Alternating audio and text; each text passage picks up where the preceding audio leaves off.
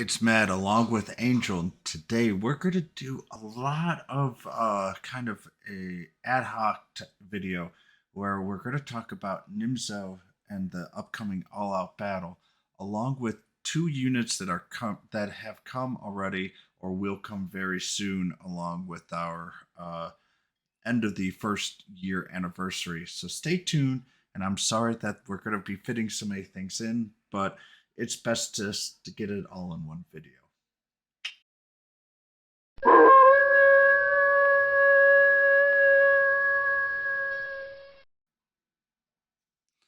All right, first we're going to talk about Nimzo.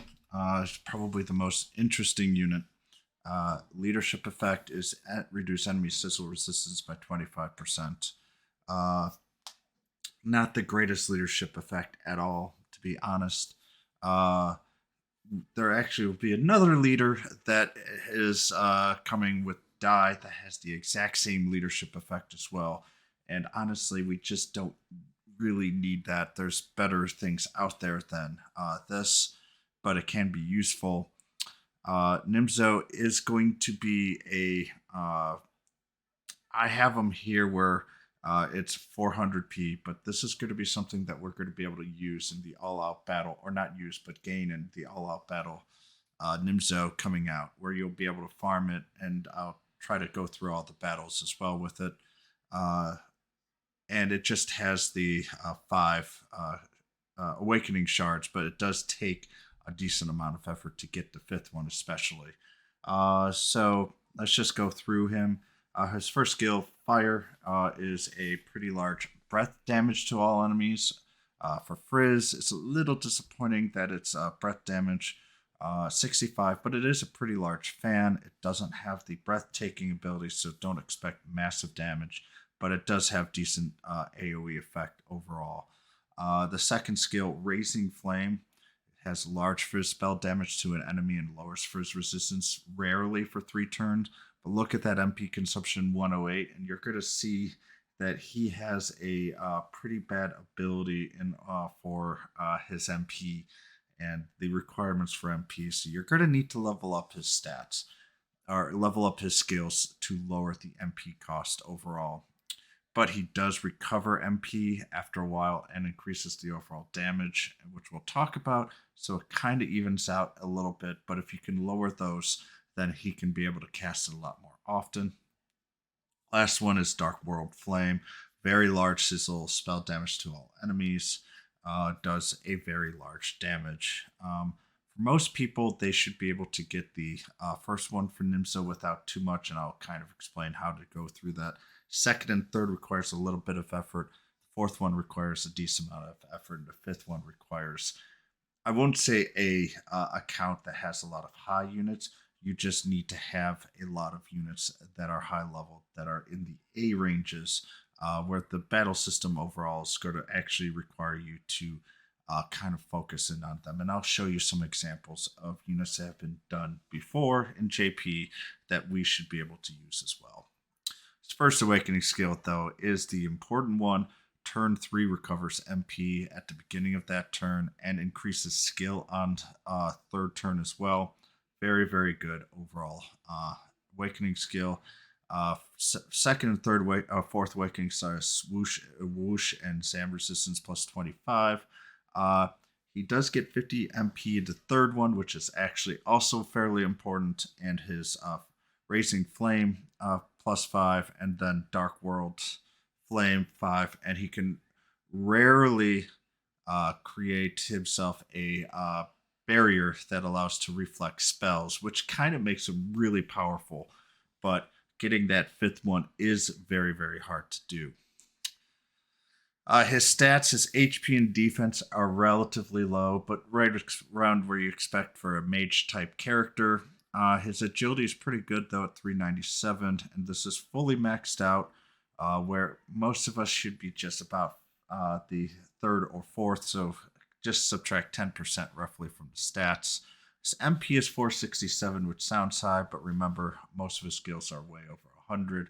Attack is poor, but whatever. His wisdom is very good, but not the most fantastic at 428. Movement is 2, and his weight is just like all the others at 65. His preferred weapon is the magic wand. This guy is actually going to be pretty good for it overall. This is the 100 mini metal exchange. And skills to look for is basically just spell power and MP. Nimzo is someone, though, that you might actually want to use with this very, very consistently. So tailoring it to Nimzo is not the worst of ideas overall. But anyone else who's also going to use Nimzo is really going to want one good MP and then the rest with spell power. Or even 2 MP and spell power is not all that bad. And last, I'm not going to say should you pull for him. He's free. Yes, you should at least try to get a little bit of him. He is actually a good unit, not a great unit, but a good unit overall. Blunt, if you want to have him survive longer.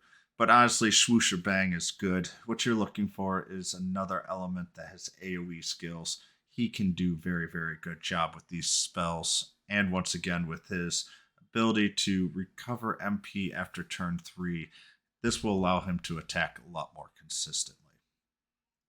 Now we're going to move to the 2A units that are upcoming. The first one is King Kelp, which we've already got in the overall unit here. We're just going to go to the event and show you where you can farm it. It is a below average free unit, unfortunately. And when I mean below average, I mean it's pretty below average. First is Kelp Slap, deals some damage to enemies. That's fine and dandy. The second one is Combo Kelp Slap. This is the one that you're going to use the most. It's got actually a range of 2, not 0. Deals 60 physical damage to all enemies 3 times. Third one, rarely confuses all enemies in the area effect, but it's a pretty large area of effect. Getting it to the 3rd and 5th, and you can get it by farming Chapter 1, Episode 1. If you look at enemy info, he is right there. It will increase confusion by 10% each.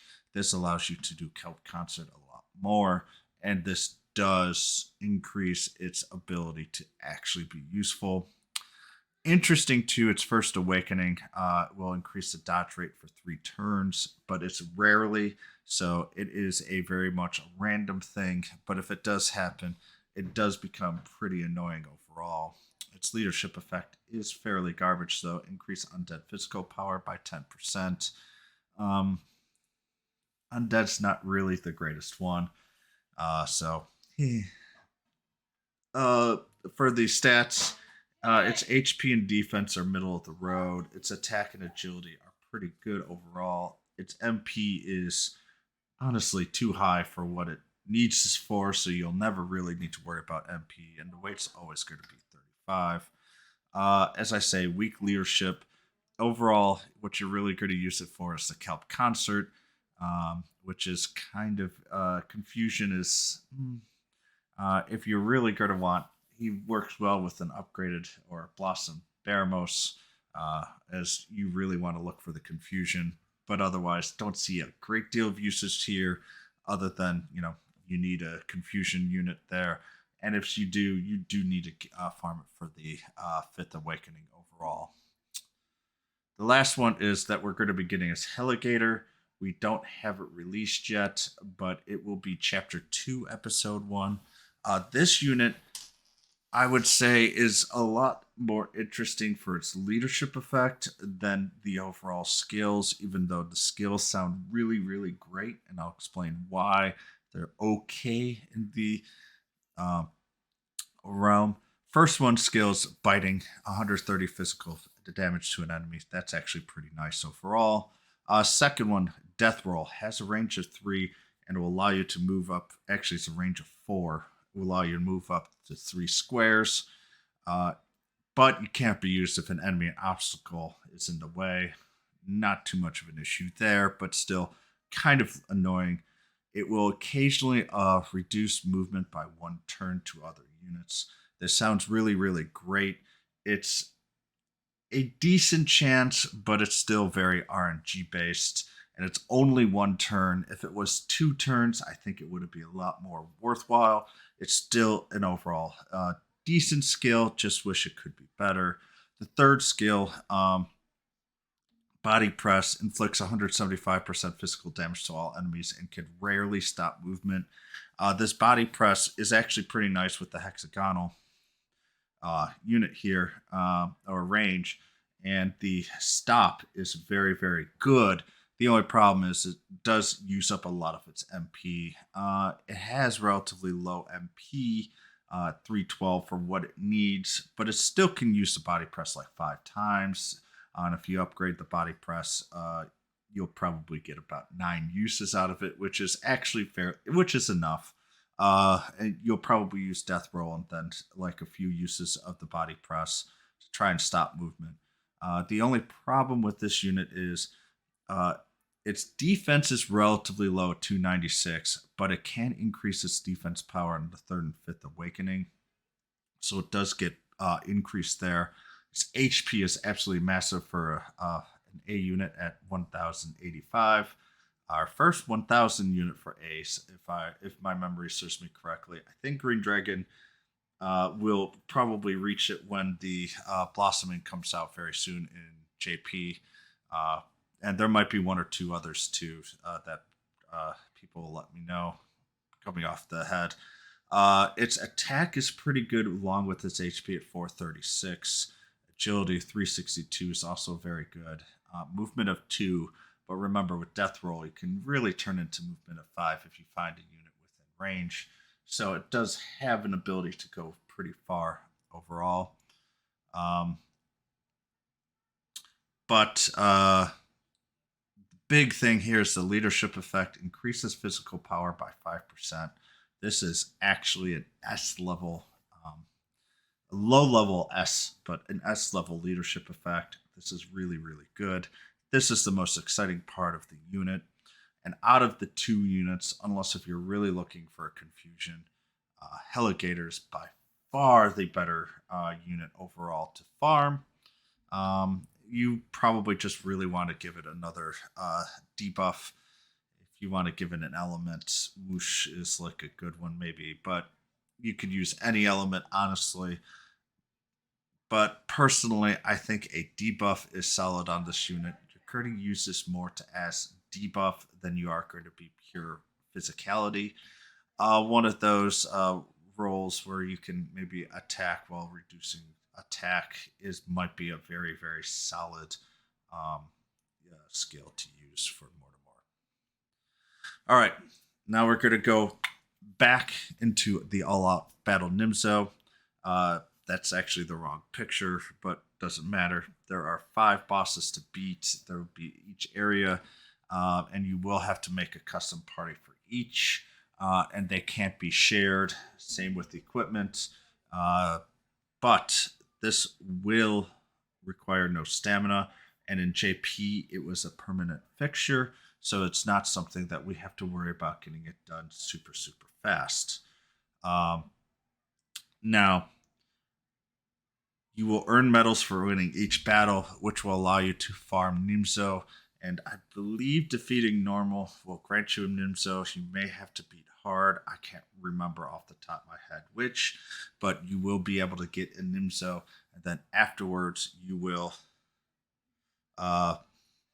be basically farming for these medals so that you can get more stuff. Primarily more Nimzos. Sorry. First one is Baramos, 150 weight. Each of these enemies will be mostly weak to mostly Frizz. All the data here that you see and the team that suggested is for very hard for the 150 weight. And that's one of the requirements, and probably the hardest requirement without death. So the killing machine here is going to kill the other units. You can choose, as I say, your own team initially and then try to go through it there. But when facing Baramos, Myrtle will need to cover the other 4 units, so Myrtle's going to protect everybody there. The enemies do bring a lot of bang attacks, and the suggested units are down below. All in all, just it's a fairly simple battle out of all of them, and it will be probably the first battle that you go through, and very hard in general. You could use a higher team than what's suggested here, at least initially. This is just to get the last of the metals in the overall system. Next is Sorrow. It is weak to Frizz and Crackle. It is just a head-to-head mono team battle here. This was a pretty interesting one here. They used Rhinoceros to lower the speed. Metal Dragon needs to use its pursuit missiles. Basically, you need to place it correctly so that it can keep on using missiles as a counter or co-attack. And the Rhinoceros needs about 1250 HP, which means that even if you have it at 7, you're going to need to boost it up with HP, armor, and weapon. That really keeps it alive long enough for your heal slime to actually do something. I'm sorry. We're going to focus on zap and paralysis and stun. And basically, the suggested units is here. And then when facing Sorrow, what you're going to try and do is limit the ability for it to do its paralysis and stun by moving your units around, so that you don't have too many units taking the blunt of the blows. But all in all, another somewhat easy one. It can be a little bit frustrating though if you don't bring a team that is mostly immune to paralysis and stun, as then it becomes an RNG fest. The Dragon Lord is another one.